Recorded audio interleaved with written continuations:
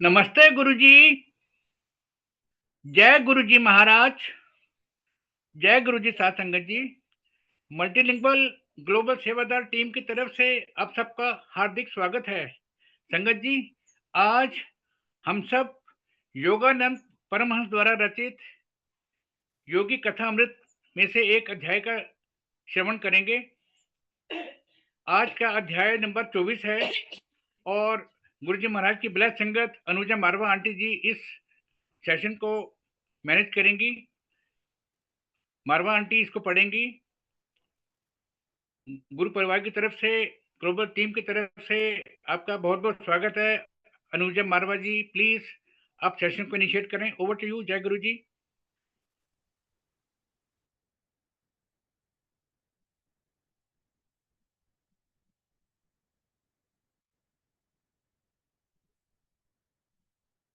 गुरु जी को कोटि कोटि प्रणाम। जुड़ी हुई संगतों को प्यार भरा नमस्ते। आज जैसे वासन अंकल ने बोला, आज हम योगी कथामृत की रीडिंग का अगला चैप्टर पढ़ने जा रहे हैं। बट उससे पहले हम अपने सभी गुरुओं जिनकी वजह से हम यहाँ पे उपस्थित हैं, हम सबको प्रणाम करेंगे। योगानंदा परमहंसा जी को प्रणाम, युक्तेश्वर गिरी जी को, महाअवतार बाबा जी को और लाहरी महाशय जी को, और हमारे पूजनीय गुरु जी को कोटि कोटि प्रणाम।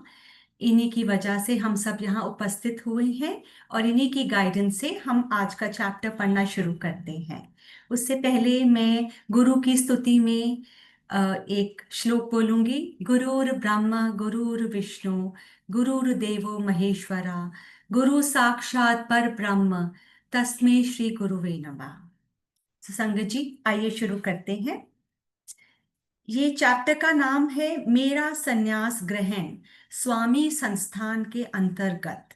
ये स्वामी संस्थान की जो स्थापना है, ये आदि शंकराचार्य जी ने की थी, जिनको शिव जी का अवतार माना जाता है।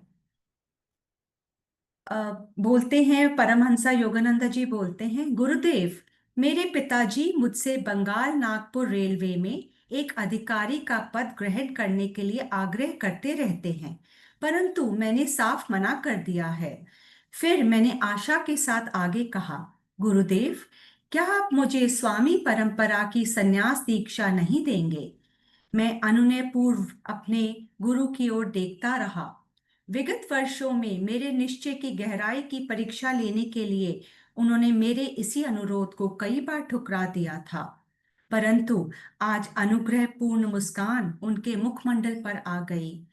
योगानंदा जी ने अपने गुरु को बहुत सालों में बहुत बार बोला था कि गुरु जी, प्लीज मुझे स्वामी पद प्रदान करिए, पर उस समय शायद सही समय नहीं था, तो उनके गुरु जी ने उस समय उनको नहीं दिया था। पर आज उन्होंने जैसे बोला गया कि अनुग्रह पूर्ण मुस्कान उनके मुखमंडल पर आ गई, मतलब कि वो उसके योगानंदा जी के ऊपर अनुग्रह करने के लिए रेडी थे। ठीक है, कल मैं तुम्हें संन्यास दीक्षा दे दूंगा। फिर शांत भाव से वो कहते गए, मुझे खुशी है कि संन्यास ग्रहण करने की इच्छा पर तुम अटल रहे। लाहिड़ी महाशय प्रायः कहा करते थे, अपने जीवन के वसंत में यदि तुम ईश्वर को आमंत्रित नहीं करोगे, तो तुम्हारे जीवन के शिशिर में वे तुम्हारे पास नहीं आएंगे।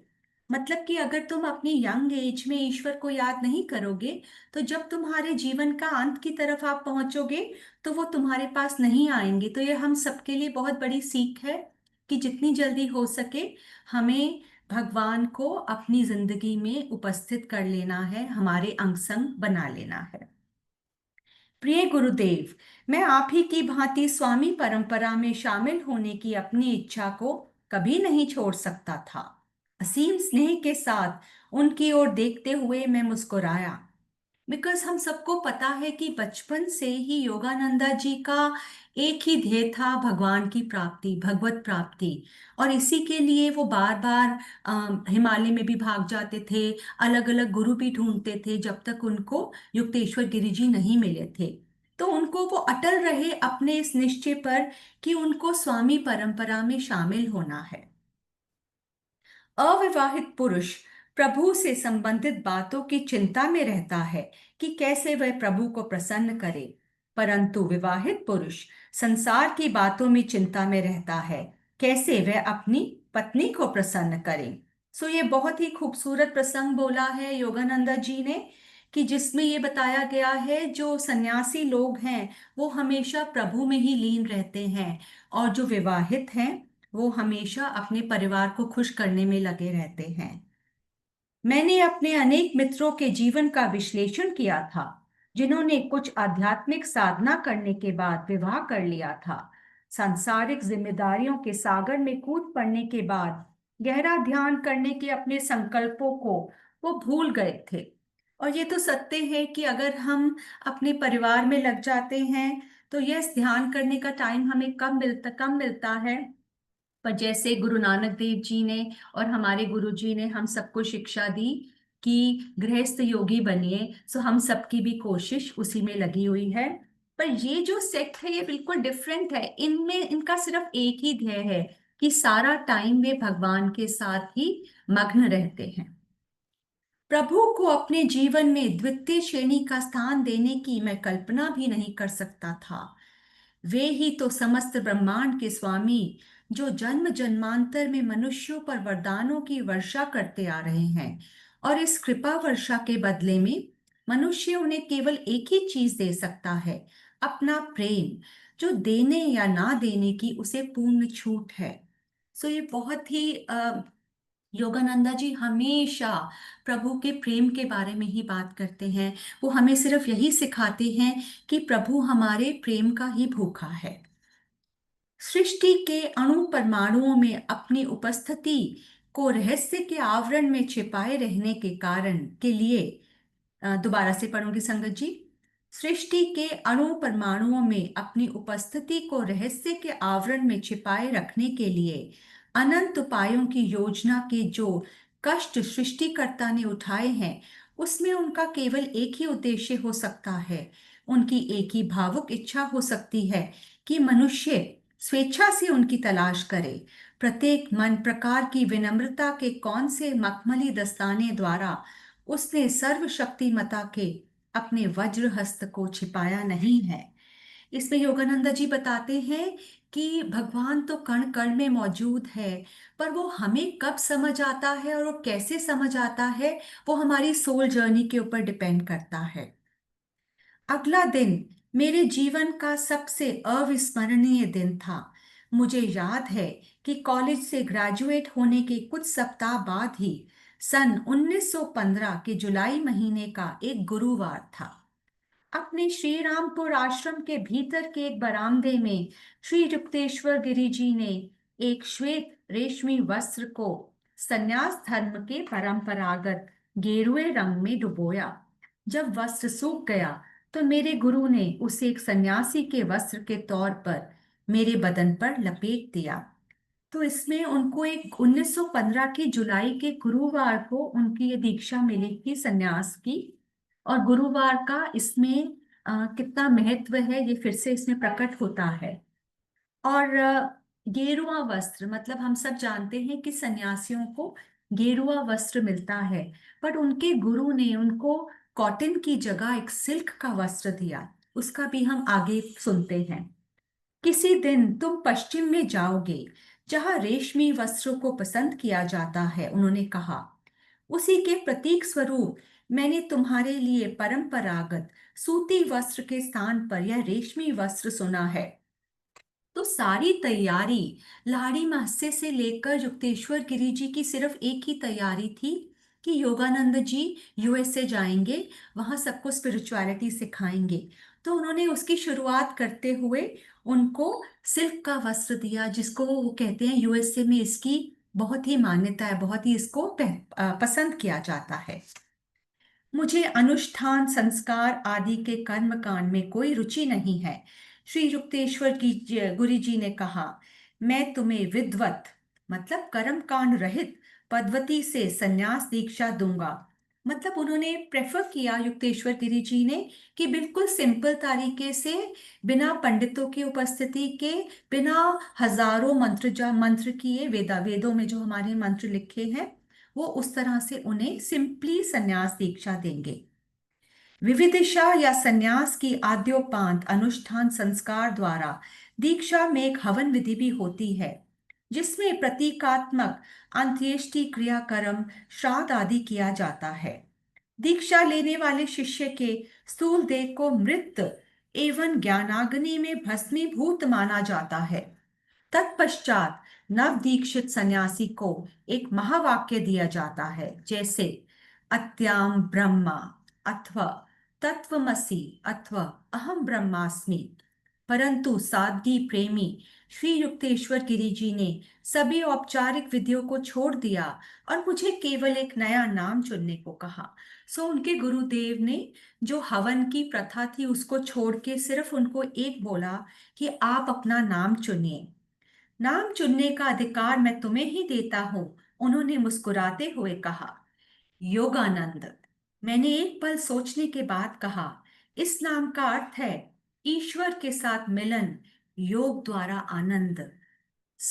योगानंदा जी ने वही नाम चुना जो उनके दिल के बहुत करीब था। एंड ये तो हमें सब जानते हैं कि नाम उत्तो आंदे हैं, गुरुजी भी कहते थी नाम उत्तो आंदे हैं। ये उनका परमात्मा ने पहले से ही नाम चुन के रखा हुआ था, जो उनके मन के अंदर से, हृदय के अंदर से निकला। तथास्तु, तुम्हारा पारिवारिक नाम मुकुंदलाल घोष को छोड़कर अब से तुम स्वामी परंपरा की गिरी शाखा के योगानंद कहलाओगे।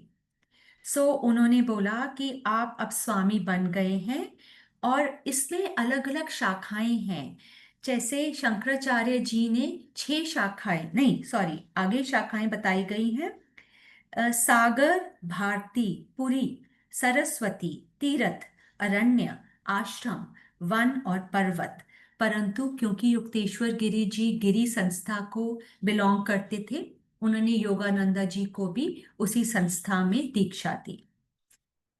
श्री युक्तेश्वर गिरी जी के चरणों में सिर नवाते हुए जब प्रथम बार उनके मुंह से मैंने अपना नया नाम सुना, तो मेरा हृदय कृतज्ञता से भर उठा। कितने प्रेम पूर्वक उन्होंने अथक परिश्रम किया था ताकि बालक मुकुंद एक दिन स्वामी योगानंद में परिणत हो सके। मैंने आह्लादित होकर श्री शंकर शंकराचार्य के एक लंबे स्तोत्र के कुछ श्लोक गाने लगे। श्री शंकराचार्य जी सारे स्वामियों के गुरु हैं। सारे हमारे देश में जितने भी योगी हैं, ऋषि हैं, स्वामी हैं, वो उन सबके गुरु हैं। तो ऑलरेडी योगानंदा जी को ये निर्वाण षटकम जो शंकराचार्य जी ने लिखा था आता था। तो जैसे ही उनको ये संन्यास दीक्षा मिली, उनके मुंह से निकला, मनोबुद्धि अहंकार चित्तानि नाहम, न चाश्रोत जिह्वे, न चाघ्राण नेत्रे, न चाव्योम भूमिर, न मैं तेजु वायु, चिदानंद रूपा, शिवोहम शिवोहम। इसमें ना 6 श्लोक है जो शंकराचार्य जी ने लिखे हैं, बट योगानंदा जी ने इस किताब में सिर्फ 3 का वर्णन किया है। मैं इसका एक एक करके आपको समझाती जाऊंगी। जो पहला श्लोक हमने पढ़ा, उसका मतलब है, मैं ना तो मन हूँ, ना बुद्धि, ना अहंकार, ना ही चित्त हूँ। मैं ना तो कान हूँ, ना जीभ, ना नासिका, ना ही नेत्र हूँ। मैं ना तो आकाश हूँ, ना धरती, ना अग्नि, ना ही वायु हूँ। मैं तो शुद्ध चेतना हूँ, अनादि अनंत शिव हूँ। न मृत्यु न शंका न मैं जाति भेदा, पिता नैव मे नैव माता न जन्मा, न बंधु न मित्रम, गुरे नैव शिष्य, चिदानंद रूपा, शिवोहम शिवोहम। ना मुझे मृत्यु का डर है, ना जाति का भेदभाव। मेरा ना कोई पिता है, ना माता, ना ही मैं कभी जन्मा था। मेरा ना कोई भाई है, ना मित्र, ना गुरु, ना शिष्य। मैं तो शुद्ध चेतना हूँ, अनादि अनंत शिव हूँ। अहम निर्विकल्पो निराकार रूपो, विभुत्वाच सर्वत्र सर्वेन्द्रियाणां, न चासंगतम नैव मुक्ति न बंधा, चिदानंद रूपा, शिवोहम शिवोहम। मैं निर्विकल्प हूँ, निराकार हूँ। मैं चैतन्य के रूप में सब जगह व्याप्त हूँ, सभी इंद्रियों में हूँ। ना मुझे किसी चीज में आसक्ति है, ना ही मैं उससे मुक्त हूँ। मैं तो शुद्ध चेतना हूँ, अनादि अनंत शिव हूँ, शिवोहम शिवोहम। सो ये सबसे बड़ा ज्ञान जो शंकराचार्य जी ने भारत को दिया है, पूरी मानव जाति को दिया है, वही इस चैप्टर में योगानंदा जी ने उसके बारे में बात की है। प्रत्येक स्वामी भारत में अनंत काल से सम्मानित संन्यास परंपरा से संबंध रखता है। इसका वर्तमान रूप में पुनर्गठन शताब्दियों पूर्व शंकराचार्य जी ने किया था, और तभी से निरंतर अखंड रूप से आदरणीय आचार्यों की एक परंपरा इसके शीर्ष पद पर आसीन रही। इनमें प्रत्येक आचार्य परंपरा क्रम से जगत गुरु शंकराचार्य कहलाते हैं। शायद 10 लाख तक सन्यासी स्वामी संप्रदाय में है। इस संप्रदाय में प्रविष्ट होने के लिए एक शर्त यह होती है कि उन्हें किसी ऐसे पुरुष से ही दीक्षा लेनी पड़ती है जो स्वयं स्वामी है। इस प्रकार स्वामी संप्रदाय के सभी सन्यासी एक ही गुरु आदि शंकराचार्य जी से जुड़े हैं। वे अपरिग्रह मतलब संसारिक संपत्ति में अनासक्ति, ब्रह्मचार्य तथा संघ प्रमुख या आध्यात्मिक प्रमुख की आज्ञा के पालन का व्रत लेते हैं। कैथोलिक ईसाई संन्यास संप्रदाय अनेक बातों में उनसे कहीं अधिक प्राचीन स्वामी संप्रदाय से मिलते जुलते हैं। सो इस पैराग्राफ में योगानंदा जी ने पूरे जो जगत गुरु शंकराचार्य जी ने ये स्वामी संप्रदाय को क्या कहें उसको स्टार्ट किया था, उसके बारे में बताया है कि इसमें सभी सन्यासियों को दीक्षा लेनी पड़ती है एक स्वामी से, और उनको सांसारिक संपत्ति से अनुसक्ति मतलब अपनी सारी संपत्ति को छोड़ देना पड़ता है, ब्रह्मचार्य ग्रहण करना पड़ता है, और जो संघ का प्रमुख है उसकी आज्ञा के पालन का व्रत लेना पड़ता है। तो ये 3 चीजें बताई हैं जो स्वामी बनने के लिए शंकराचार्य जी ने निर्धारित की थी। स्वामी अपने नए नाम के आगे एक ऐसी उपाधि लगाता है जिससे स्वामी संप्रदाय की 10 शाखाओं में से किसी एक के साथ उसके जुड़े होने का परिचय मिलता है। इन 10 शाखाओं में या 10 नामियों में से एक शाखा है गिरी, जिससे स्वामी युक्तेश्वर गिरी और उनका शिष्य होने के नाते मैं स्वयं संलग्न हूँ। अन्य शाखाएं हैं सागर, भारती, पुरी, सरस्वती, तीर्थ, अरण्य, आश्रम, वन और पर्वत। ये अलग अलग शाखाएं हैं जिससे 10 लाख सन्यासी मतलब जब इन्होंने एक बुक लिखी थी, योगानंद जी ने जब बुक लिखी उस समय तक 10 लाख सन्यासी थे, और अब तो लाखों और जुड़ गए होंगे। और क्योंकि वो यूएसए में उन्होंने बुक लिखी थी, तो इस किताब में वो बार बार कैथोलिक ईसाई मतलब ईसा ने जो निर्धारित किया था कैथोलिक्स के लिए उसके बारे में बताते हैं कि वो भी सिमिलर ही है। जैसे ईसा जो जीसस क्राइस्ट ने अपने कैथोलिक स्वामीज, अपने पोप्स के लिए, अपने बिशप्स के लिए जो उन्होंने निर्धारित किया था वो इससे सिमिलर ही है। स्वामी का संन्यास आश्रम का नाम जिसके आगे साधारणतया आनंद लगा होता है, किसी विशिष्ट मार्ग, अवस्था या आध्यात्मिक गुण जैसे प्रेम, ज्ञान, विवेक, भक्ति, सेवा, योग के द्वारा मुक्ति प्राप्त करने की उसकी आकांक्षा का द्योतक होता है। मतलब जो आपका सोल बोलता है उसी के हिसाब से आपका नाम रखा जाता है। प्रेम से प्रेमानंद हुआ, ज्ञान से ज्ञानानंद, विवेक से विवेकानंद, इसी तरह से, पर सब में आनंद लगाना जरूरी है। उसके नाम के बाद लगने वाले दशनामी में से एक उपाधि प्रकृति के साथ उसकी समरसता का प्रतीक होती है। मतलब जो दशनामी का मतलब जो अन्य शाखाएं हैं वो जो प्रकृति के साथ आपने सुना है इसमें सागर, भारती, अरण्य, आश्रम, मतलब जो आप प्रकृति का गुण अपने अंदर विद्यमान करना चाहते हैं आप उसी स्वामी परंपरा को चुनते हैं या भगवान आपके लिए चुनते हैं।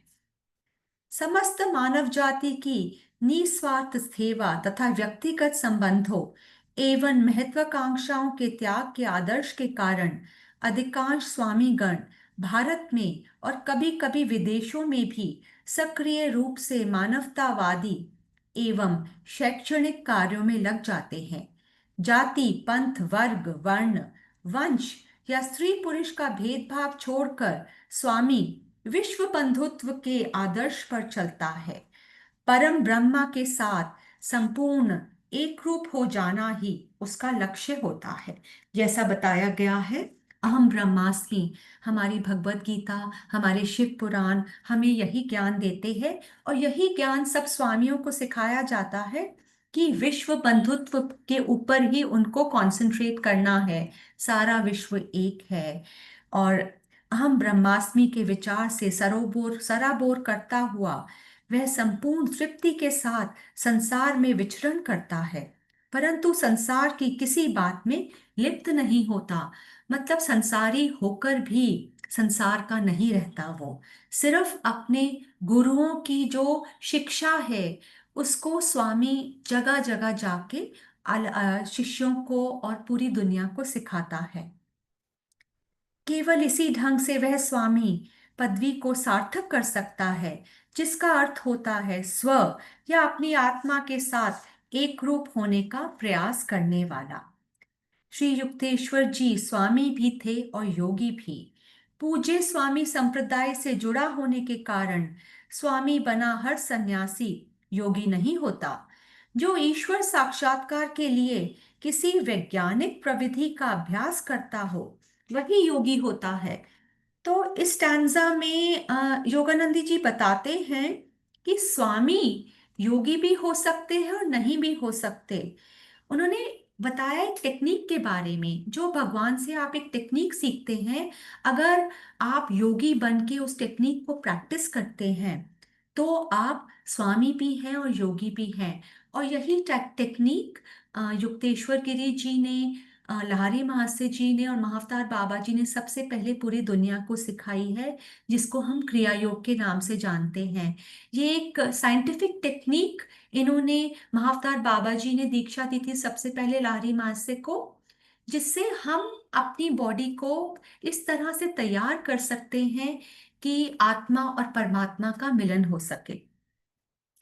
स्वामी केवल शुष्क कारण मीमांसा एवं कठोर त्याग के मार्ग पर चलने वाला भी हो सकता है, परंतु योगी एक सुनिश्चित क्रमानुगत प्रणाली का अभ्यास करता है, जिससे शरीर और मन सुनियंत्रित हो जाते हैं और आत्मा धीरे धीरे मुक्त हो जाती है।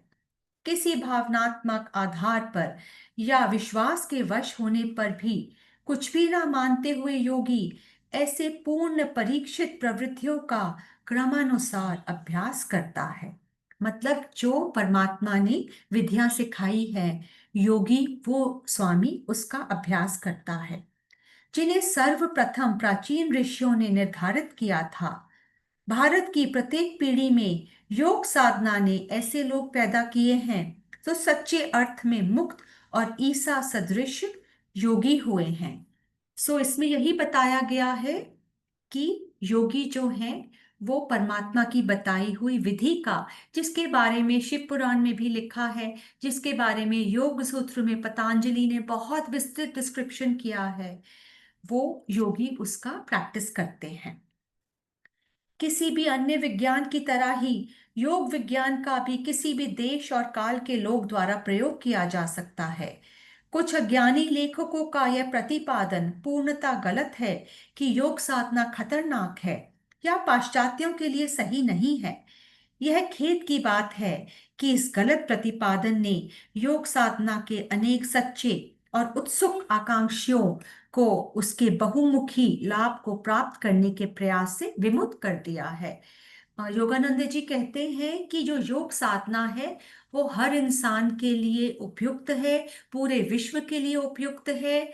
जैसे हमेशा कुछ चीजों का विरोध किया जाता है, तो पश्चिम में जब वो गए तो बहुत उनकी टेक्निक का विरोध किया जा रहा था कि ये वेस्टर्नर्स के लिए, यूएस के लोगों के लिए सही नहीं है। वो उसी के बारे में बता रहे हैं कि ये योग साधना सभी मनुष्यों के लिए उपयुक्त है। योग साधना विचारों के स्वाभाविक कोलाहल को शांत करने के लिए एक पद्धति है, विचारों का यह कोलाहल सभी देशों के सभी मनुष्यों को समान रूप से अपने मूल आत्मस्वरूप की झलक देखने से वंचित कर देता है। स्वास्थ्यप्रद सूर्य प्रकाश की भांति ही योग साधना भी पौर्वात्य और पाश्चात्य लोगों के लिए समान रूप से लाभदायी है। अधिकांश लोगों के विचार अशांत और चंचल होते हैं, अतः मन नियंत्रण के विज्ञान योग साधना की आवश्यकता स्पष्ट है। जैसे बताया गया है कि ध्यान में जो हमारा मन है बार बार भागता रहता है, उसको हमें नियंत्रित करना होता है, उसको सिर्फ परमात्मा में ही लगाना होता है। जो हमारा जीवन का कोलाहल है, कोलाहल मतलब जो हमारे जीवन में तूफान रोज आते रहते हैं, उससे हमें थोड़ी देर के लिए हट जाना होता है और परमात्मा के साथ एक अपने आप को एक महसूस करना होता है। ये जो योग की क्रिया है, उसी के बारे में योगानंद जी ने बताया है। प्राचीन ऋषि पतंजलि योग की व्याख्या इस प्रकार करते हैं: चित्त में एक के बाद एक उठती हुई लहरों को शांत करना। मतलब एक ही मीनिंग है कि जो हमारे चित्त में, जो हमारे मन में बार बार जो विचारों की लहरें उठ रही हैं, उनको बिल्कुल शांत करके अपना मन एकाग्र करना। ये ऋषि पतंजलि ने भी बताया है। उनका संक्षिप्त परंतु अत्यंत ज्ञानयुक्त ग्रंथ योग सूत्र हिंदू दर्शन में से एक दर्शन है। यहां मैं बताना चाहूंगी संगत जी, हिंदू षड्दर्शन का मतलब है कि हिंदू फिलॉसफी, हिंदू रिलीजन में 6 स्कूल्स ऑफ थॉट है। उसमें से योग सूत्र एक है जो पतंजलि, ऋषि पतंजलि ने लिखा है। मैं बाकियों के बारे में बताती हूँ। एक है सांख्य योग जो कपिल मुनि ने लिखा है। न्याय जो गौतम मुनि ने लिखा है। वैशेषिका जो कणाद मुनि ने लिखा है। पूर्व मीमांसा जो जैमिनी ऋषि ने लिखा है। और उत्तर वेदांता जो बद्रायण ने लिखा है।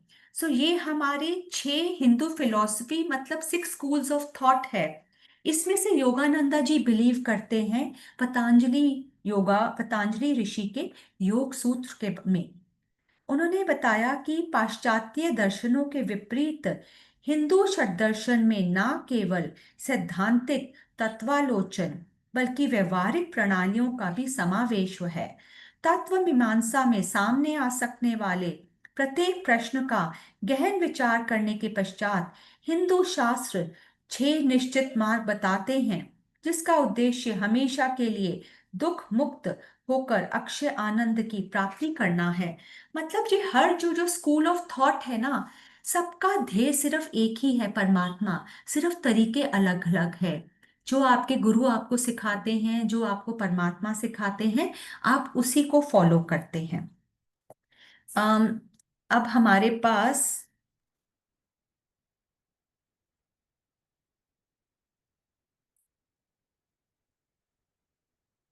मैं थोड़ा सा शॉर्ट में बताऊंगी कि जो न्याय है वो तर्क और ज्ञान की प्रक्रिया के बारे में आपको सिखाता है। जो वैशेषिका है वो विश्व की रचना और पदार्थों का विश्लेषण करता है।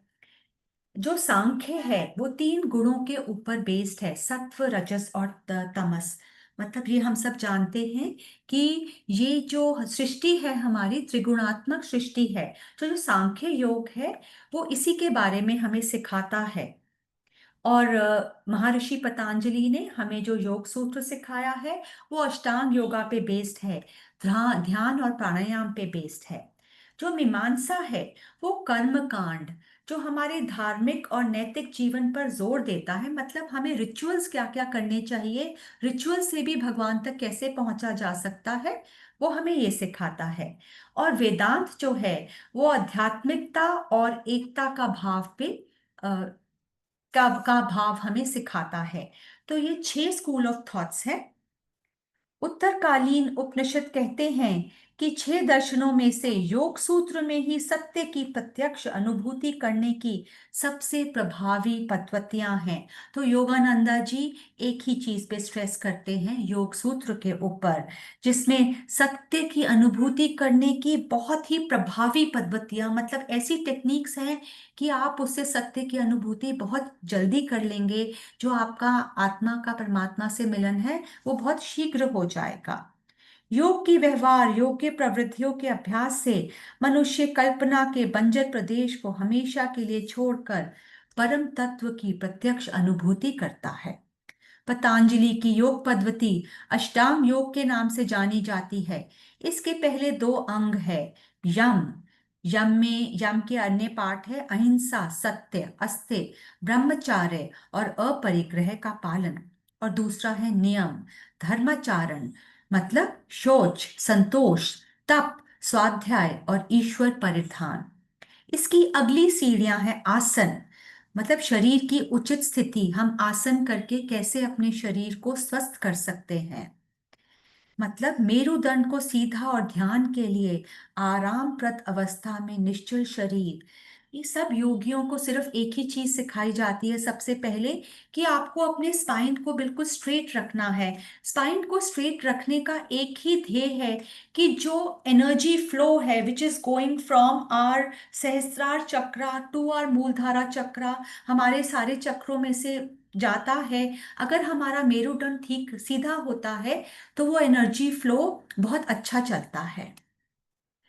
प्राणायाम, सूक्ष्म जीवन प्रवाह या प्राण पर नियंत्रण।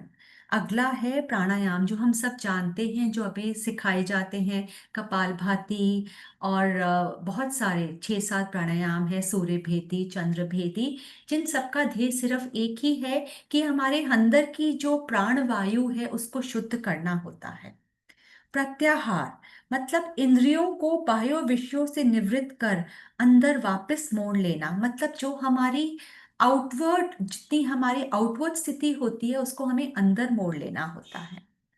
आखिरी सीढ़ियां योग के प्रत्यक्ष अंग है धारणा, मतलब एकाग्रता, मन को एक ही विचार पर एकाग्र रखना, ध्यान और समाधि। तो ये 8 पतंजलि के योग सूत्र में इन 8 अष्टांग योग का विवरण किया गया है। आप शिव पुराण पढ़ेंगे, उसी में एग्जैक्टली सेम शिव जी ने इसके बारे में वर्णन किया है।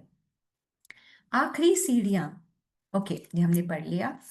यह प्रश्न मन में आ जाता है कि कौन बड़ा है, स्वामी या योगी। जब ईश्वर के साथ एकता स्थापित हो जाती है तब विभिन्न मार्गों के भेद अपने आप ही समाप्त हो जाते हैं।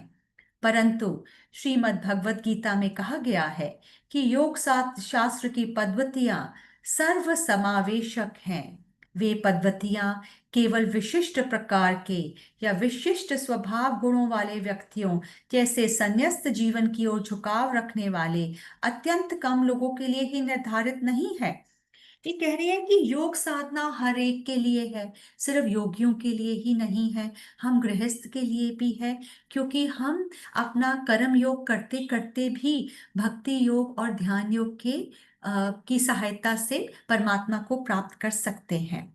तो ये पद्धतियां केवल विशिष्ट प्रकार के लोगों के लिए नहीं है, बल्कि सबके लिए है। योग साधना के लिए किसी विशिष्ट संप्रदाय के साथ औपचारिक तौर पर जुड़े रहना भी आवश्यक नहीं है। आप अपने आप सीख के अपने आप प्रैक्टिस कर सकते हैं। योग विज्ञान उस मूलभूत आवश्यकता की पूर्ति करता है जो सबके लिए एक समान होती है, अतः यह सबके लिए समान रूप से लागू होती है। हम सबका शरीर एक जैसा बनाया है परमात्मा ने, उसके अंदर आत्मा भी परमात्मा की दी हुई है। तो यही बोला जाता है कि जो योग विज्ञान है वो हम सबके लिए है। सच्चा योगी अपने कर्तव्यों का निर्वाह करते हुए संसार में रह सकता है।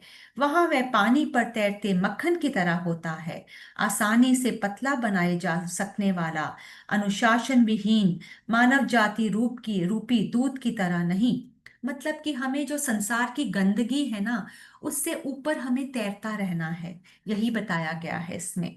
यदि मनुष्य अपने अहंकार की इच्छा वासनाओं में मानसिक रूप से लिप्त ना हो और जीवन में अपनी भूमिका को केवल ईश्वर का एक स्वैच्छिक माध्यम बनकर अदा करे, तो सांसारिक कर्तव्यों को निभाने के लिए उसे ईश्वर से अलग होने की आवश्यकता नहीं रहती। मतलब हम अगर यही सोच के अपना जीवन निर्वाह करें कि हम भगवान के पपिट्स हैं और हमें उन्हीं के निर्देशों के हिसाब से सब कुछ करना है, तो हम हमेशा ईश्वर की आज्ञा में ही रहते हैं। अमेरिका या यूरोपीय देशों में या अन्य अहिंदू देशों में रहने वाले ऐसे कई महान लोग आज इस संसार में हैं जिन्होंने योगी या स्वामी जैसे शब्द कभी सुने भी नहीं होंगे, परंतु फिर भी इन शब्दों के वे जीते जागते उदाहरण हैं। मानव जाति की निस्वार्थ सेवा करने के कारण या मनोवेगों और विचारों पर पूर्ण नियंत्रण होने के कारण या ईश्वर पर एकनिष्ठ प्रेम होने के कारण या एकाग्रता की तीव्र शक्ति के कारण वे एक अर्थ में योगी ही हैं, क्योंकि उन्होंने अपने समक्ष योग का लक्ष्य निर्धारित कर लिया है, आत्म संयम। यदि इन लोगों को योग का निश्चित विज्ञान सिखाया जाए, जिसके अभ्यास से मनुष्य के मन और जीवन की दिशा पर अधिक सचेत नियंत्रण प्राप्त हो जाता है, तो ये लोग और भी अधिक ऊंचे उठते हैं। तो योगानंदा जी ने बहुत ट्रैवल किया, यूएसए, यूरोप, इंडिया, सब जगह वो घूमे। वो हर तरह के योगियों से, गुरुओं से और नॉर्मल लोगों से भी मिले। तो वो ये बताते हैं कि संसार में बहुत अच्छे अच्छे लोग हैं।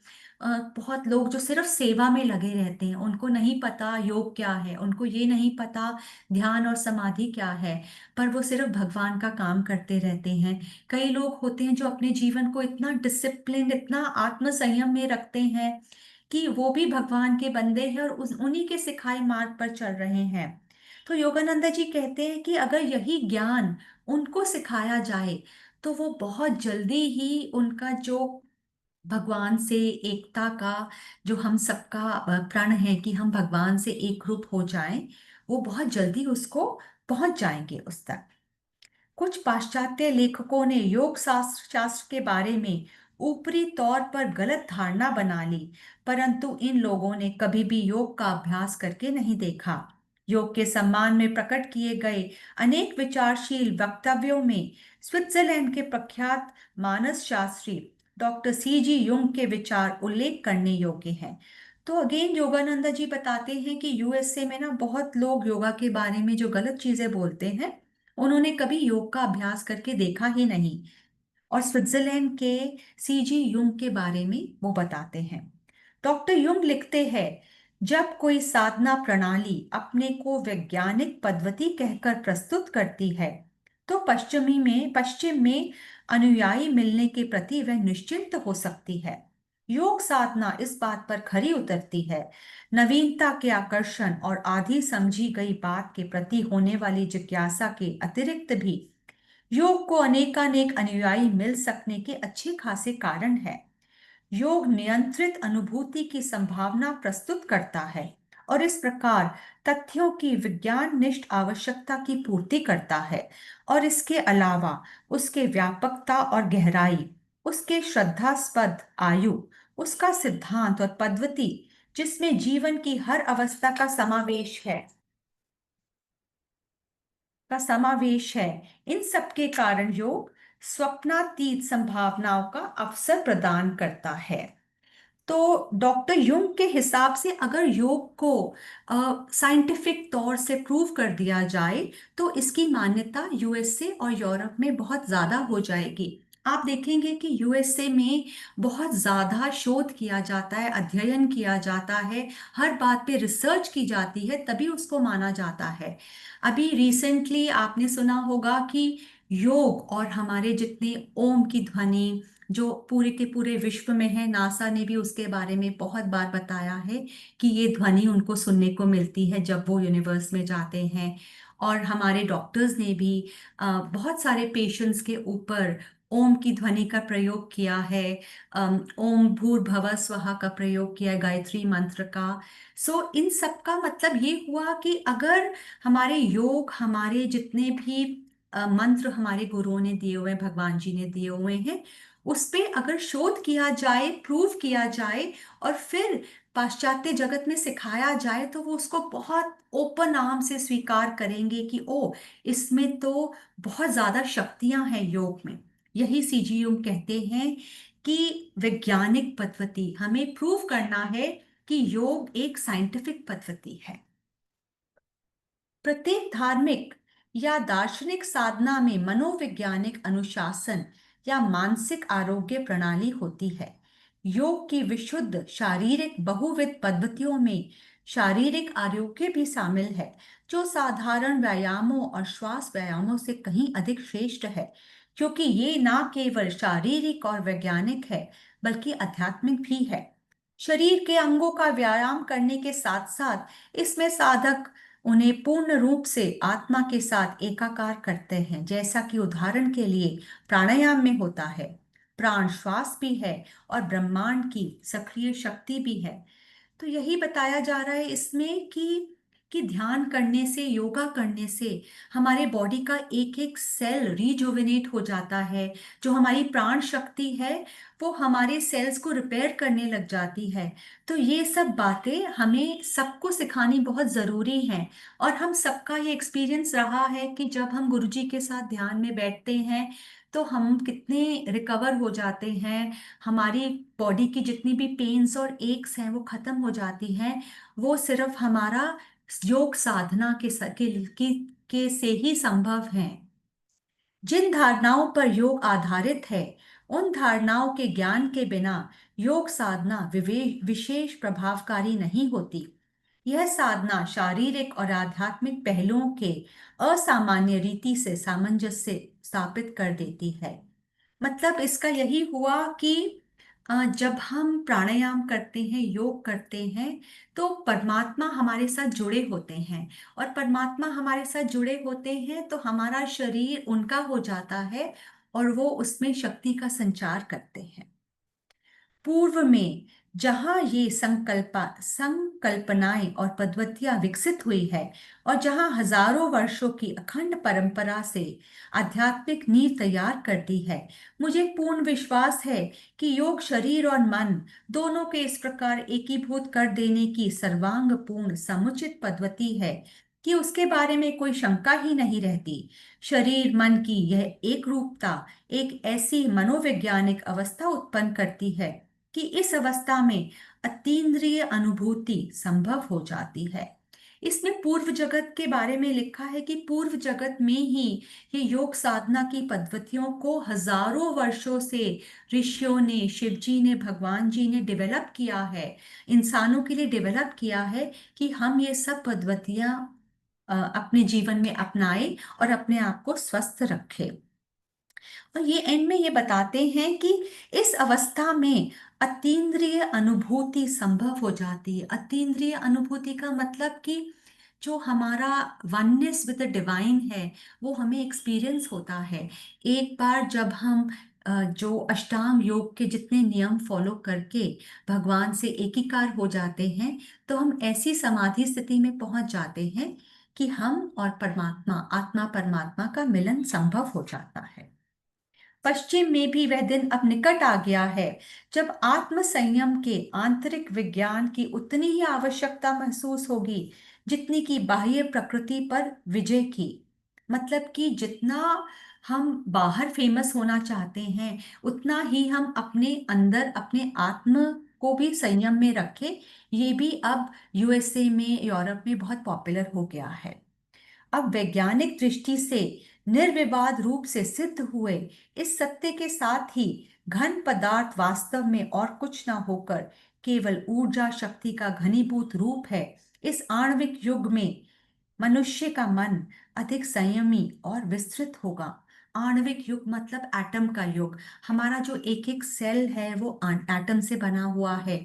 और क्वांटम फिजिक्स में भी अब यही प्रूव कर दिया गया है कि every cell is nothing but energy. और जो हमारी एनर्जी है, जो एटम सब मिल के पूरा एक शरीर का बोध देते हैं। Otherwise every cell of our body is nothing but energy. पत्थरों और धातुओं में निहित शक्तियों से कहीं अधिक महान शक्तियों को मानवीय मन अपने अंदर उन्मुक्त कर सकता है कि उसे करना चाहिए, ताकि कभी अपनी ताकि कहीं अभी अभी बंधन मुक्त हुआ पदार्थ आणविक राक्षस पलट कर जगत का विवेकहीन विनाश ना कर दे। दोबारा से पढ़ूंगी इसको। पत्थरों और धातुओं में निहित शक्तियों से कहीं अधिक महान शक्तियों को मानवी मन अपने अंदर उन्मुक्त कर सकता है। मतलब पत्थरों और धातुओं में इतनी शक्ति नहीं होती जितनी हमारे मन में शक्ति होती है, ताकि कभी कभी बंधन मुक्त हुआ पदार्थ आणविक राक्षस पलटकर जगत का विवेकहीन विनाश ना करते। मतलब कि अगर हमारे मन के अंदर शक्ति है तो हम हमेशा संसार के भले के बारे में पहुंच सोचेंगे। नहीं तो आणविक शक्ति तो संसार का विनाश करने के लिए भी बनाई है इंसान ने। अणु बम के विषय में मानव जाति की चिंता का एक अप्रत्यक्ष लाभ यह हो सकता है कि योग विज्ञान में लोगों की व्यवहारिक रुचि बढ़ जाएगी, जो सच्चे अर्थ में बम से रक्षा का आश्रय स्थान है। इसका मतलब भी यही है कि अ, हमारे अंदर जो हमारे हर सेल के अंदर अणु हैं, उसकी इतनी पावर है, इतनी पावर है कि हमें अणु बम की आवश्यकता महसूस नहीं होगी। और इंसान जो है अपनी जो शक्ति है, इंटरनल शक्ति है, उसको धरती के लिए, धरती को स्वस्थ बनाने में, धरती को अच्छा बनाने में, सब इंसानों को प्यार देने में ही व्यतीत करे। और अणु बम को जो सब डिस्ट्रॉय करता है उसमें हम अपनी शक्तियों को ना लगाएं। इसके साथ हम ये चैप्टर खत्म करते हैं। इसमें पीछे फुटनोट्स में डॉक्टर युंग के बारे में बताया गया है कि डॉक्टर युंग ने 1937 में भारतीय विज्ञान अधिवेशन में भाग लिया था और उन्हें कोलकाता विश्वविद्यालय में ऑनररी पदवी प्रदान की थी। मतलब वो इंडिया आए थे और वहाँ पे उनको कोलकाता विश्वविद्यालय में एक डिग्री भी मिली थी। वो हमारे देश के जितने भी हमारे योगियों ने पद्धतियाँ एस्टैब्लिश की थी, उसके बारे में उनको बहुत उसको मानते थे। और एक पतंजलि के बारे में लिखा है कि पतंजलि का निश्चित काल ज्ञात नहीं है। अनेक विद्वान उनका काल ईसा पूर्व द्वितीय शताब्दी मानते हैं। ऋषियों ने अनेकानेक विषयों पर इतनी सूक्ष्म दृष्टि से ग्रंथ लिखे हैं कि सदियां बीत जाने के बाद भी उनकी उपयुक्तता में थोड़ी सी कमी नहीं आई। और ऐसे ग्रंथों के लेखक होने के बावजूद उन ऋषियों ने अपने साहित्य पर कहीं भी अपने समय या व्यक्तित्व की कोई छाप छोड़ने का थोड़ा भी प्रयास नहीं किया, जिसके कारण इधर इतिहासकार परेशान है कि मतलब ऋषि जो थे वो इतनी बिना सेल्फिशनेस के वो किताबें लिखते थे जो युगों युगों तक हम सबको उनसे गाइडेंस मिलती रहती है कि उन्होंने अपने बारे में कुछ छोड़ा ही नहीं, जिससे हमें पता ही नहीं कि वो कब पैदा हुए थे। और इसमें लिखा है, जो मैं आपको ऑलरेडी बता चुकी हूँ, हिंदू षट दर्शन यह 6 दर्शन है: सांख्य, योग, वेदांत, मीमांसा, न्याय तथा वैशेषिक। चित्त मनुष्य में विद्यमान सोचने वाले तत्व के लिए प्रयुक्त किया गया एक व्यापक शब्द है, जिसे प्राण शक्ति, मानस, अहंकार और बुद्धि शामिल है। वृत्ति मनुष्य की चेतना में निरंतर उठने और बैठने वाली विचारों और भावनाओं की लहरों का सूचक है। निरोध का अर्थ है निराकरण करना, रोकना, नियंत्रित करना। तो इसी फुटनोट में यही समझाया गया है कि हमारे अंदर जितने भी विचार उठते हैं जो हमें डिस्टर्ब करते हैं, हमें उनको रोकना है और नियंत्रित करना है। इसी के साथ ही संगत जी ये चैप्टर खत्म होता है। और मैं, आप गुरुजी महाराज ने मुझे शिवोहम के जो एक्सपीरियंसेस दिए हैं, मैं उनको शेयर शेयर करना चाहूँगी। जो गुरुजी महाराज ने मुझे डायरेक्ट शिक्षा दी है, उसके बारे में सब संगतों के साथ मैं बताती हूँ। तो 2023 जनवरी की बात है संगत जी। 16 जनवरी को एक संगत आई कि मुझे आपको बड़े मंदिर लेके जाना है, और मैं उनको मना कर रही थी, पर वो मुझे अपने साथ बड़े मंदिर लेके गई। और रास्ते में हम आत्मा की ही बात कर रहे थे, बिकॉज गुरुजी महाराज ने मुझे बहुत जन्म दिखाए हैं। तो शी वॉज टेलिंग मी कि आपकी जीवन में इतना कुछ हो रहा है तो आप इतने काम कैसे रहते हैं। तो मैंने उनको यही बोला कि गुरुजी महाराज ने मुझे प्रूव कर दिया है कि मैं एक आत्मा हूँ, और तो मैं डिस्टर्ब नहीं होती हूँ, बिकॉज ये मेरे लिए एक अर्ली जर्नी ही है। और जैसे ही मैं बड़े मंदिर पहुंची और मैं गुरुजी महाराज की गद्दी के सामने खिड़की के बाहर बैठी, तो सिद्धार्थ मोहर अंकल का भजन शुरू हुआ। अमर आत्मा सच्चिदानंद मैं हूँ, शिवोहम शिवोहम, शिवोहम शिवोहम। ये शब्द उस दिन मेरे अंदर इतने गहरे उतरे कि मैं वहां बैठ के रोती रही। और मुझे तब समझ आया कि गुरुजी महाराज ने उस दिन मुझे वहां क्यों बुलाया था। उन्होंने मेरी आत्मा को अंदर से बोध कराया कि यू आर शिवा। पर फिर भी ये बहुत मुश्किल चीज है समझना। ये बात मुझे समझ ही नहीं आती थी कि आत्मा और परमात्मा, आत्मा परमात्मा का मिलन, ये तो हम सब जानते हैं। पर शिवो का क्या मतलब है, ये मुझे समझ नहीं आता था। तो अभी मई में ही मैं ध्यान में बैठी हुई थी, और मैंने ध्यान में गुरुजी महाराज का सत्संग चल रहा था, मंत्र जाप चल रहा था। और मैंने देखा कि गुरुजी महाराज मेरे साथ आके बैठ गए एक सफेद कुर्ते पजामे में।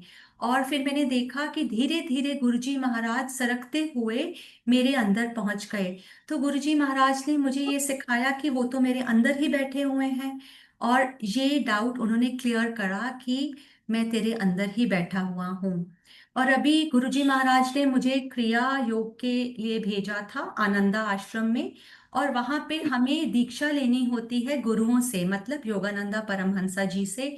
और जितने भी इस लीनिएज के गुरु हैं, हमें उनसे दीक्षा लेनी होती है। और मेरे लिए तो सब एक ही हैं। तो गुरुजी से मैंने पूछा कि गुरुजी, मैं डिसाइपलशिप जो दीक्षा है मैं ले लूं?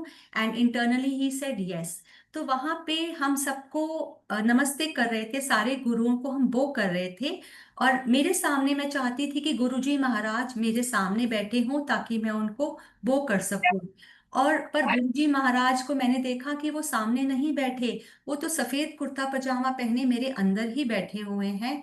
और उस दिन हमारा ड्रेस कोड भी वाइट था। सो गुरुजी महाराज ने फिर से ये प्रूव किया कि वो मेरे अंदर बैठे हुए हैं। और जय हमें, गुरु जी। हाँ, हमें यही बार बार अगर हम ये चीज बोलेंगे, शिवोहम शिवोहम, तो ये हमारे धीरे धीरे हमारे अंदर उतरता जाएगा। सो जय गुरु जी bless uncle, bless thank you so much. Reading today. बहुत ही अच्छे भाव से आपने आज पढ़ा है।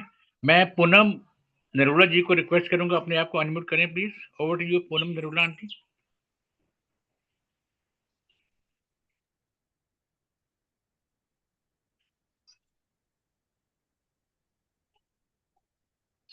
जय गुरु जी। शुक्राना गुरु जी सेवा बख्शने के लिए। मैं तो आज स्पीचलेस हूँ। अनुजा मारवा आंटी ने इतना अच्छा पढ़ा, इतना अच्छा समझाया एक एक डिटेल में बात, कि मेरे पास तो शब्द ही नहीं रह गए अब कुछ भी कहने के लिए। फिर भी गुरुजी ने सेवा बख्शी है तो मैं कोशिश करती हूँ। गुरुजी ही बुलवाएं, कोई गलती हो जाए संगत जी तो क्षमा करें। जो ये महान आत्माएं स्पिरिचुअल पाथ पे चलाने के लिए हमें भेजी जाती है ना, ये इनका एक दैवीय उद्देश्य होता है। तो परमात्मा का भी दैवीय उद्देश्य होता है हमारे को ऊंचा उठाने के लिए, कि किसको भेजा जाए। पाश्चात्य जगत के लिए इन्हें यहाँ इनके गुरु ने तैयार किया। इनका मन नहीं लगता था किसी चीज में भी सिवाय प्रभु को पाने के। तो बचपन से ही ये ऐसे थे कि पहाड़ों में जाना है, पहाड़ों में जाना है, शायद यहाँ के कोलाहल से दूर, कि यहाँ मैं ध्यान नहीं कर पाऊंगा तो मैं ध्यान करूं, ध्यान करूं। तो संगत जी, जो हम दुनियावी लोग होते हैं ना, वो ईश्वर को सेकेंडरी रखते हैं। हमें तो अगर कोई खिलौना मिल जाए, कोई छोटी सी चीज मिल जाए, गाड़ी बंगले ये सब, तो नौकरी, पैसा, इन सब में ही अच्छी पत्नी, अच्छा पति, तो इन सब में ही हम फंस के रह जाते हैं। और हम मांगने भी फिर प्रभु से यही जाते हैं, मंदिरों में गुरुद्वारों में यही करते, कहते हैं कि हमारा बच्चा, हमारे पति, हमारी नौकरी। तो ऐसा ही हम सोचते रहते हैं हर समय। लेकिन हम भगवान को सेकेंडरी रखते हैं, कि हम उसका ग्रेटिट्यूड नहीं करने जा रहे कि तूने हमें ये शरीर दिया इतना अच्छा। सबसे पहले तो हम अपने आप को एक शरीर ही मान लेते हैं। तो ये जो इनके इन्होंने स्टार्टिंग ही ऐसे करी अपने गुरु से, संन्यास की दीक्षा लेने के लिए कि मैंने देखो मेरे पिताजी मुझे एक रेलवे में अच्छी जॉब दिलवा रहे हैं, लेकिन मैंने मना कर दिया है। अब हम संगत जी, हम जैसे लोग अगर हमें कोई पढ़ाई के एकदम बाद से, ग्रेजुएशन के बाद से ना कोई कोर्स करना पड़े, ना कुछ, ना इंटरव्यू देने पड़े और हमें ऐसे ही जल्दी से जॉब मिल जाए, हम तो फूले नहीं समाएंगे, धरती पे पैर ही नहीं रखेंगे कि जैसे अभी मिली भी नहीं होगी और ऐसे नाचेंगे जैसे हमें मिल गई, इतना ईगो आ जाएगा हमारे अंदर। लेकिन उन्होंने उसको ठुकरा दिया, उनको पैसा नहीं चाहिए था, क्योंकि उनको तो अपने पिता से, भाइयों से भी इतना मोह नहीं था, तब से ही वो पहाड़ों में भागने की सोचते थे। तो उन्होंने उस नौकरी को ठुकराया। उस नौकरी को ठुकराने के बाद उन्होंने स्टार्टिंग ही ऐसे की कि मैंने नौकरी ठुकराई है, कि मेरे गुरुजी मुझे मना ना कर दे। और उनके गुरुजी इतने अनुग्रहित हुए, इतने अनुग्रहित हुए और उस चीज को, जैसे हम कहते हैं ना कि वेलकम, तो वो मतलब हम कहते हैं ना कि शुक्र है कि आप मेरी जिंदगी में आए, तो ऐसे ही उनके गुरु गुरु भी एक अच्छा शिष्य ढूंढते हैं। और उन्होंने तो बहुत तैयार किया था, उन्हें पहले से ही पता था कि इसे पाश्चात्य में भेजना है। तो उन्होंने बहुत अनुग्रहित हुए, मतलब बहुत ही उनको बहुत खुशी हुई, आह्लादित भी हुए अंदर से कि हाँ, अब तुम इस पे अटल हो। क्योंकि कई लोग छोड़ देते हैं, स्टार्टिंग में हमें लगता है कि अच्छा ये कर लें, ये कर लें, ये वाला कोर्स कर लें, ऐसा योग कर लें तो हमें भगवान मिल जाएंगे। लेकिन हम फिर पचड़ों में पड़ के ना दुनिया के हम छोड़ देते हैं बीच में। लेकिन वो अटल रहे, उन्होंने कितनी परीक्षाएं दी कि उन्हें पढ़ने का भी शौक नहीं था। उन्हें तो बस कि मुझे डिग्रियां प्राप्त करने का शौक नहीं है। हम लोग डिग्रियां क्यों लेते हैं? कि हमारी अच्छी जॉब लग जाए, समाज में हमारे नाम हो जाए कि हम इतने पढ़े लिखे हैं। उन्हें ये सब यश वगैरह से भी कुछ लेना देना था नहीं था, क्योंकि वो अंदर से ही अवेकनिक एक सोल थे, जागृत आत्मा थे कि मैं किस लिए आया हूँ, मैं, मेरा उद्देश्य ईश्वर को पाने का है, ना कि इन सब पचड़ों में पड़ने का। तो वो उनके, जब उनके गुरु ने उनको बड़ा खुश होके कि इट्स माय प्लेजर, कि हाँ मैं तुम्हें देता हूँ सन्यास की दीक्षा, कि तुम इस पे अटल रहे, मुझे बहुत खुशी है। तो उनके अंदर से वो एक स्तोत्र निकला शंकराचार्य जी का, जो अगर हम गा के लय में रोज सुनेंगे भी ना, तो हम भी थोड़े थोड़े थोड़े, क्योंकि कहते हैं गाविए सुनिए मन रखिए भाव, गाने से सुनने से मन में भाव आ जाते हैं, और भाव के द्वारा अगर हम गाएंगे सुनेंगे तो होले होले हम भी वैसे बन जाएंगे। ऐसा ना कहे कि हम लोग तो योग को इसलिए लेते हैं ना कि हमारा शरीर ठीक हो जाए, ये योग, ये वाला रोग ठीक हो जाएगा प्राणायाम करने से, अनुलोम विलोम करने से, कपालभाति करने। नहीं संगत जी, सिर्फ एक शरीर ही की बीमारियां ही नहीं दूर करता योग, सब स्वप्नातीत, स्वप्नातीत मीन्स जो हमने अपने सपने में भी नहीं सोची होती हैं, ऐसी ऐसी चीजें हमें योग द्वारा प्रदान हो जाती हैं। लेकिन उसको हम ऐसे ही नहीं, किसी अच्छे सदगुरु से सीखना पड़ता है उसको। ऐसे ही नहीं हम करना शुरू कर दें उसको। तो और फिर जब उनके मन में ये आता है कि उसको ऐसे बोलते हैं, मनोबुद्ध अहंकार चित्तानि नाहं, न च श्रोत्र जीवे, न च प्राणनेत्रे, न च व्योम भूमिर् तेजो न वायु, चिदानंद रूपः शिवोहम, शिवोहम। तो इसी प्रकार इसको सुनेंगे रोज और पढ़ेंगे तो हमारी आत्मा भी आह्लादित हो जाएगी। और इसका भाव तो बताया ही है अनुजा जी ने कि मैं ना तो मन हूं, ना बुद्धि, ना अहंकार, ना ही चित्त हूं। चित्त भी मन को ही कहते हैं, अंदर गहरे मन को। मैं ना तो कान हूं, ना जीभ हूं, ना नासिका हूं और ना नेत्र हूं। मैं ना तो आकाश हूं, ना धरती हूँ, ना अग्नि, ना वायु ही हूँ। तो इसी तरह और भी इसी के सारे मीनिंग है कि मैं एक शरीर मात्र नहीं हूँ, मैं एक सोल हूँ, एक एनर्जी हूँ, एक ईश्वर से उत्पन्न अलग हुआ एक अंश हूँ ईश्वर का ही, और मुझे उसी में विलीन होना है। हम तो इसी जगत को अपना डेरा डंडा समझ लेते हैं कि हम तो यहाँ स्थायी रूप से रहने ही आए हैं, और सबको पता है, सब रोज आए दिन देखते हैं कि हम सब कुछ छोड़ के ही जाते हैं, ये शरीर भी। हम एक शरीर मात्र नहीं है, आत्मा है। इसीलिए वो बहुत अवेकनिंग थे, और फिर उनके गुरुजी ने जब उन्हें दीक्षा दी, तो उन्होंने भी कोई रिचुअल्स नहीं रखे। इतने सारे रिचुअल्स होते हैं ना संगत जी, संन्यास धारण करने के लिए, उन्होंने सब छोड़ दिए। सिर्फ उन्हें एक व्हाइट रेशमी वस्त्र को भिगोया गेरुए रंग में, और उनको वो पहनाया। तो लेकिन सिर्फ एक ही और हमारे गुरुजी भी संगत जी कि कितने सारे ढकोसलों से हमको निकाला गुरुजी ने, कि पहले हम लोग क्या-क्या करते थे, ये वो, अब तो हम सब कुछ छोड़ के सिर्फ ईश्वर के ध्यान में लीन हों।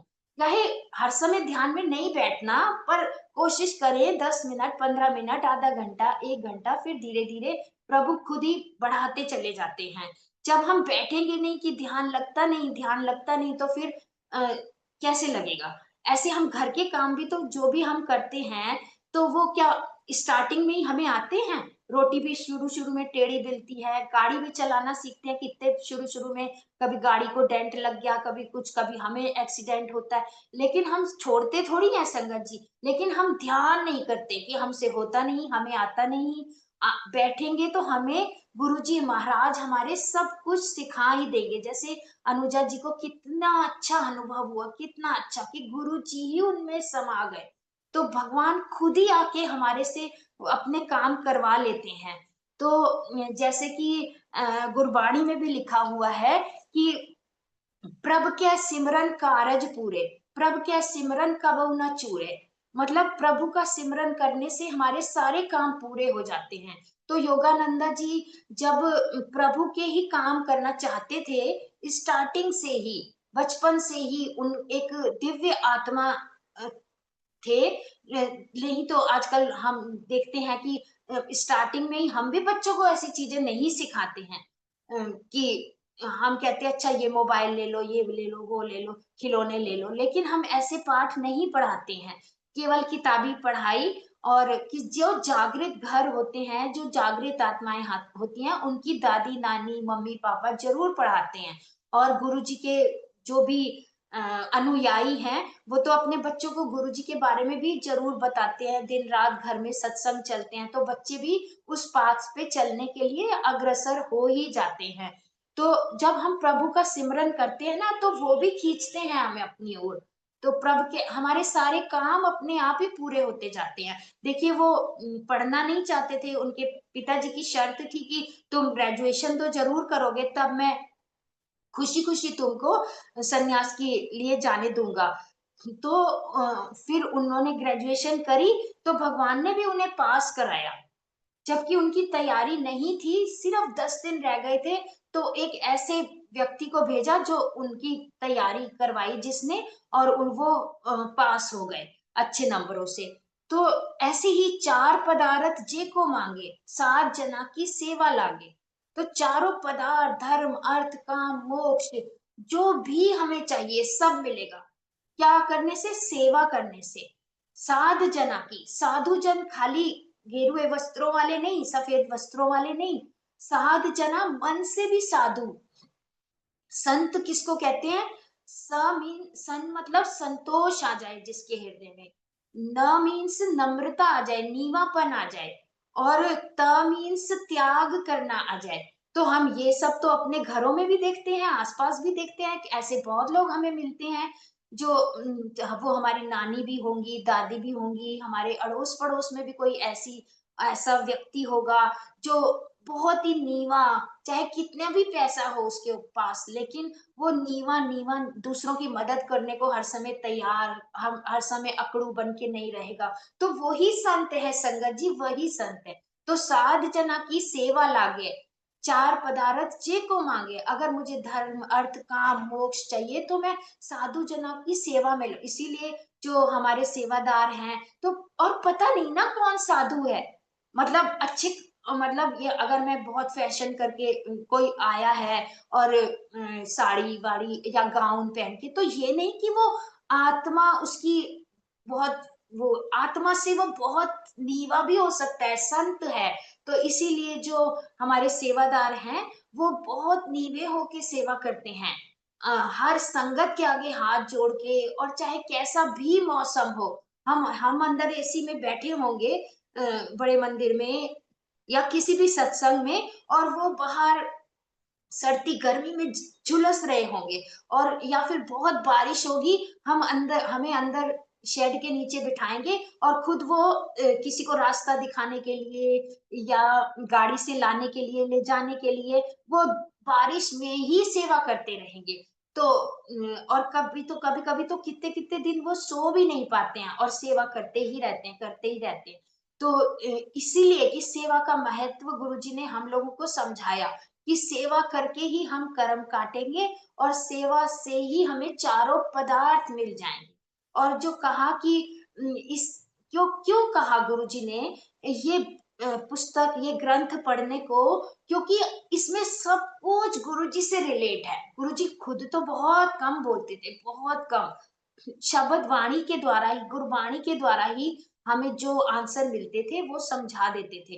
तो इसको पढ़ के हम ऐसा, ऐसी सोल हमारी खिलती है ना, कि जैसे योगानंदा जी नहीं बोल रहे, योगानंदा जी के रूप में हमारे गुरु जी बोल रहे हैं। तो इसलिए इस ग्रंथ को तो जरूर ही पढ़ना चाहिए, बहुत ध्यान ध्यान से। जब मुझे ये मिला था ग्रंथ, किसी संत ने ही दिया था, शिरडी में वो संत मुझे मिले थे, मेरी एनिवर्सरी पे उन्होंने ये मुझे दिया था, और मेरे घर बहुत दिनों तक पड़ा रहा।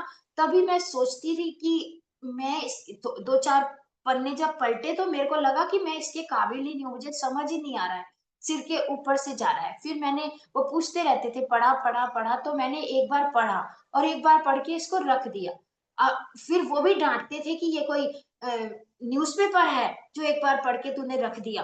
तो भगवान मुझे किसी ना किसी रूप में जागृत कर रहे थे कि उठ उठ देख, ऐसे जागृत हो, और ऐसे सोई मत रह, सिर्फ ऐसे करने से भगवान नहीं मिलेंगे, सिर्फ वैसे करने से भगवान नहीं मिलेंगे। तो इसमें भी मार्ग बताए हैं, या तो सेवा के द्वारा, या बहुत लगन है ईश्वर के प्रति उसके द्वारा, या प्रेम के द्वारा। हर प्रेम के द्वारा तो बहुत जल्दी ईश्वर मिलते हैं। जिन प्रेम कियो तिन ही प्रभु पायो, एक शब्द भी नहीं है ना संगत जी, जिन प्रेम कियो तिन ही प्रभु पायो, प्रेम कियो तिन ही प्रभु पायो, प्रेम कियो तिन ही प्रभु पायो। तो देखो शबरी के घर में जब राम जी गए, तो जा संतों की कुटिया में रहते और रास्ता बदल लिया।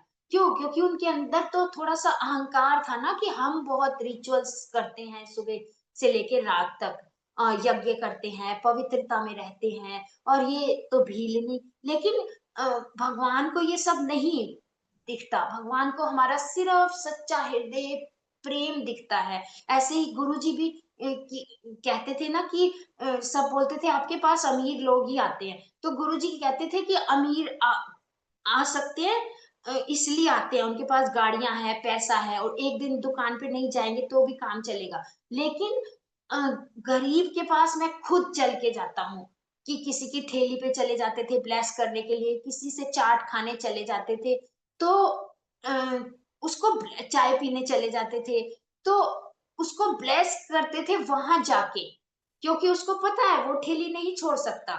मुझे ही खुद उसके पास अंदर से वो एक जागृत आत्मा है, ये हमारी जो सोल है वो चलती आ रही है, पड़ाव है इसके। तो हम जब इस जन्म में आए हैं, अगर जैसे सुखी आंटी को गुरुजी ने बोला था कि तूने पिछले 70 जन्मों में मेरी सेवा की है, तू पिछले 70 जन्मों से मेरे साथ जुड़ी हुई है। ऐसे किसी को 25 साल, किसी को 50 साल बोलते थे। तो संगत जी, हमारी जो अधूरी यात्रा है ना, फिर वो यहाँ से शुरू हो जाती है। तो अगर हमें मोक्ष चाहिए, हमें गुरुजी बहुत आराम से मिल गए हैं, सस्ते में मिल गए हैं, और हम ऐसे उसको उनको हम भी उसमें ना ले कि बड़े हल्के में ना ले कि हमें तो गुरुजी मिल गए हैं, अब ये देखेंगे, अब ये देखेंगे। सब कुछ गुरुजी नहीं देखेंगे, हमें भी जागृत होके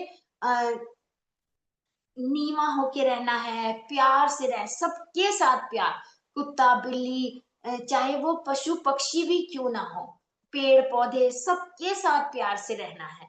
तो इसीलिए और फिर हमारे जब धीरे धीरे धीरे हम ध्यान में बैठेंगे, हमें भी ऐसी जागृति आएगी, तो हमारे जो विचार है ना गुस्से वाले, कैसे किसी ने कुछ कह दिया हम तुरंत फट पड़ते हैं, तो वो जो हमारे गुस्से वाले तभी तो हम फिर उससे बदला नहीं लेंगे, सोचते हैं हम नहीं ले पाते तो गुरुजी को बोलते हैं कि एनु देख लेना तुसी, एनु देख लेना तुसी। क्यों? गुरुजी कहते तू तेरे किसी जन्म के उसके साथ कार्मिक अकाउंट है, तू ऐसा करके आई है, तो अब तेरे से वो बदला लेने के लिए ऐसा करेगा तेरे साथ।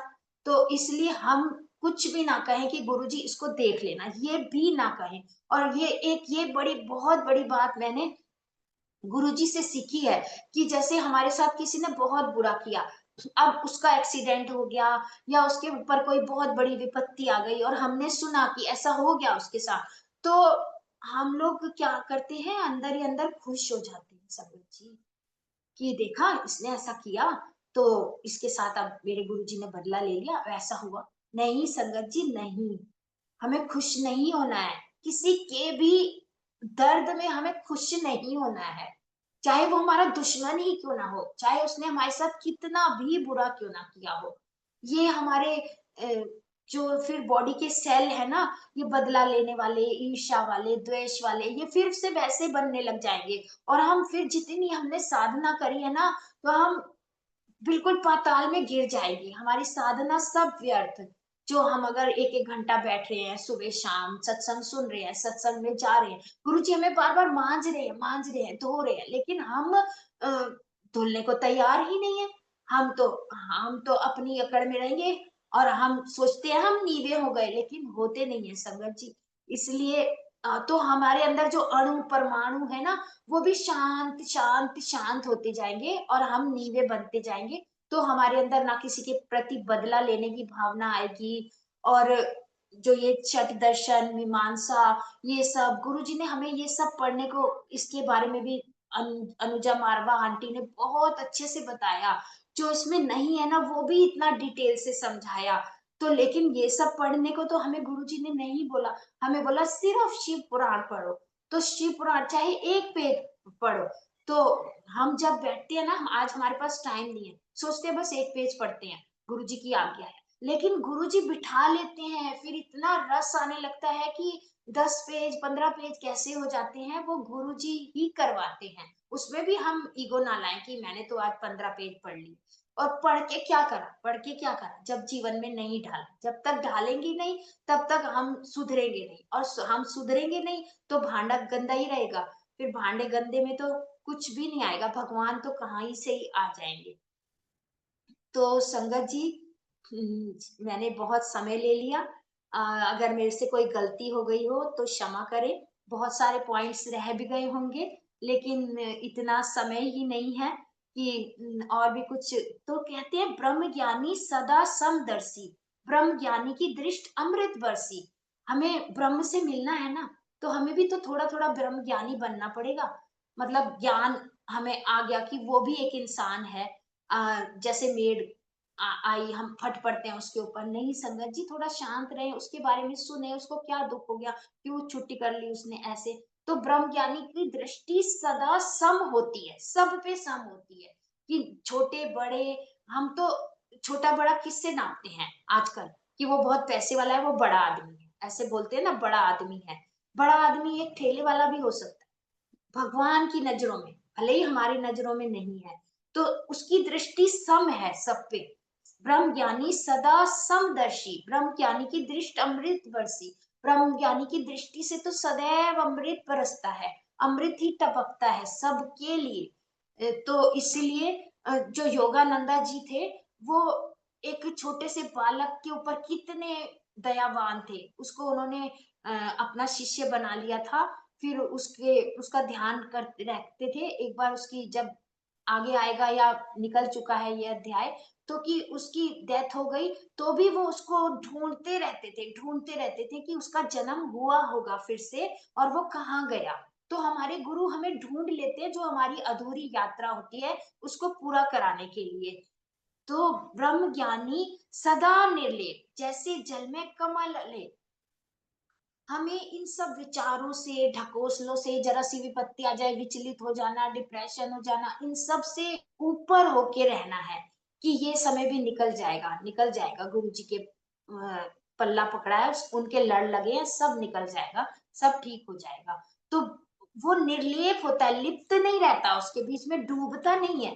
कि जैसे हम डूबे हैं ना, कि भब्बड़ भुस्से में फंसे हुए हैं, तो हम अपने लिए और मकड़ी का जाल बुनते रहते हैं और उसी में फंसते रहते हैं।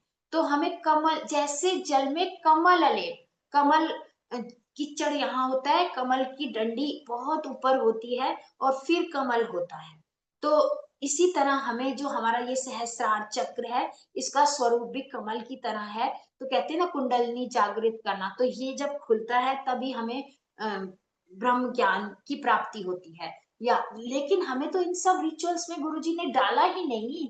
बस शब्द सुनो, प्यार करो, प्यार से रहो, सबकी सेवा करो, इतने सहज दिखा दिया हमें, इतना सहज गुरुजी ने हमें सब कुछ समझा दिया। एक उन्होंने बोला कि एक सिर्फ उनके गुरु ने उनको सिर्फ एक वो करवाया, अब रिचुअल जो था वो था कि श्राद्ध, जीते जी श्राद्ध कर देना। जीते जी श्राद्ध होता है सन्यासी चोला पहनने से पहले या पहनकर, पहला रिचुअल होता है कि जीते जी श्राद्ध। श्राद्ध किसका करते हैं हम? जो लोग दुनिया छोड़ चुके, जो शरीर को छोड़ के चले गए, तो लेकिन वो तो जिंदा है, तो उनका श्राद्ध क्यों? स्वयं का ही श्राद्ध, स्वयं का ही श्राद्ध। कैसे, क्यों? कि हमें, जब हम मर जाते हैं, चले गए शरीर, तब थोड़ी ना ये मेरा बेटा बेटी, पति पत्नी, मेरा घर, अभी हम करते रहते हैं ना कि एक दिन सफाई नहीं हुई तो तूफान खड़ा कर देते हैं। एक दिन किसी ने कोई काम नहीं करा या कोई बीमार हो गया, हमारे को हेडेक हो जाता है। तो हम इन सबसे ऊपर उठे कि फिर वो ही दिखाया गया है कि शरीर नहीं है हम एक एनर्जी हैं, हम एक सोल हैं, हम एक आत्मा है। तो जीते जी हमें अब उनमें प्यार, घर वालों से मोह माया और इन सब में नहीं पड़ना है। तो सन्यासी चोला लेकर श्राद्ध इसलिए करवाया जाता है कि मैं जीते जी मर गया, इन सब दुनियावी चीजों से ऊपर उठ गए। तो त्याग की भावना, सबको देना देना देना, अपने पास कुछ नहीं रखना। गुरुजी के कितने सुंदर सुंदर चोले बन के आते थे, या जो भी गुरुजी बांटते ही रहते थे, बांटते ही रहते थे। तो इसी तरह हम देते रहें तो हमें भी और भरते रहेंगे गुरुजी। हम जिस जहां जहां भी हमारा दिल चाहे, हम उसमें अपने आप को कंजूसी ना करें। चाहे वो अ, समय का दान भी, समय देना भी, किसी किसी की बात सुन लेना, उसे पकड़ के गुरु जी के दरबार ले आना, ये भी तो एक बहुत बड़ी सेवा है। कि जैसा मेरा कल्याण हो रहा है अपने गुरु की शरण में आके, सच्चे गुरु की शरण, अब मुझे जीवन जीना से आया है। इससे पहले तो मैं रोती ही रहती थी, तो ऐसे ही इसका भी कल्याण हो, ये थोड़े से दुख में विचलित ना हो जाए। तो इसी इसी के साथ मैं अपने शब्दों को विराम देती हूँ। बहुत गलतियां हुई होंगी, निमाणी से नीवा होके आपसे सबसे क्षमा प्रार्थना करती हूँ। जो मेरी बुद्धि में आया थोड़ा बहुत, वो मैंने आपके आगे रखने की कोशिश करी। क्षमा करें संगत जी। शुक्राना गुरु जी महाराज, इतनी बड़ी सेवा देने के लिए, जिसके जिसके मैं लायक नहीं हूँ, सच में मैं इसके लायक नहीं हूँ। हाँ, मैं आगे कोशिश करूंगी जरूर। गुरु जी, इस अध्याय के द्वारा आपने जो मुझे समझाने की कोशिश करी है, तो मैं उस पे चलने की कोशिश जरूर करूंगी, जरूर करूंगी। शुक्राना गुरु जी महाराज, शुक्राना संगत जी, शुक्राना। Over to Vasan Vasan uncle ji. जय गुरु जी। शुक्राना शुक्राना शुक्राना मेरे मालिक। थैंक यू पूनम आंटी और अनुजा आंटी, आपने बहुत अच्छे से एक्सप्लेन किया। Thank you so much. मैं ज्यादा टाइम नहीं लूंगी, हम सब गुरु महाराज जी से आज्ञा लेंगे। जय गुरु जी।